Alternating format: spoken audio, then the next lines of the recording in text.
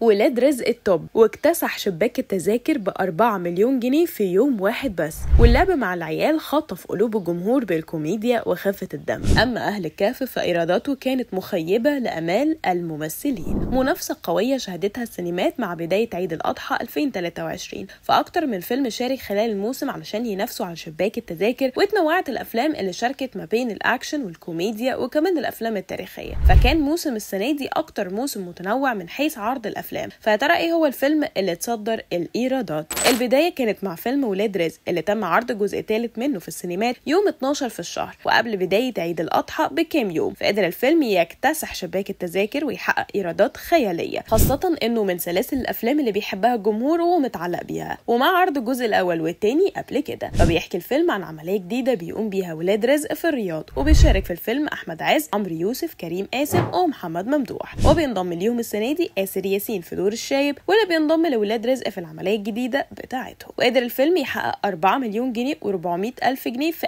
اول يوم عرض ليه في السينمات. اكتسح شباك التذاكر وبقى توب. وكتب المستشار تركي آل الشيخ المشارك في انتاجه على صفحته الشخصيه: ايرادات امس تخطت حاجز ال 8 مليون جنيه، 8 مليون و120 الف جنيه تاني يوم عرض في مصر، ولسه العيد، يعني 13 مليون في يومين في مصر. اما فيلم اللعب مع العيال اللي شارك بيه النجم محمد امام في سيزون عيد الأضحى، فجي في المركز الثاني بعد فيلم ولاد رزق، وحقق 571,680 جنيه. شارك في الفيلم محمد إمام، أسماء جلال، وكمان ويزو. وبيحكي عن شاب بيتعرض لأزمات ومواقف صعبة بتغير حياته كلها. ورغم ان الفيلم فيه خلطة كوميدية مميزة بسبب النجوم المشاركين فيه، لكنه ما قدرش يتفوق على ولاد رزق، وجي في المركز الثاني في إيرادات شباك التذاكر. أما فيلم أهل الكهف فإيراداته غير متوقعة، كانت مخيبة لآمال كتير من الجمهور. عمل إيرادات قدرها 162,082 جنيه. والفيلم من نوعية الأفلام التاريخية، بيشارك فيه مجموعة من أهم الفنانين زي خالد النبوي، غادة عادل، محمد ممدوح، محمد فراج، ريم مصطفى، محمود حميدة، فتحي عبد الوهاب، وكمان أحمد عيد وهاجر أحمد.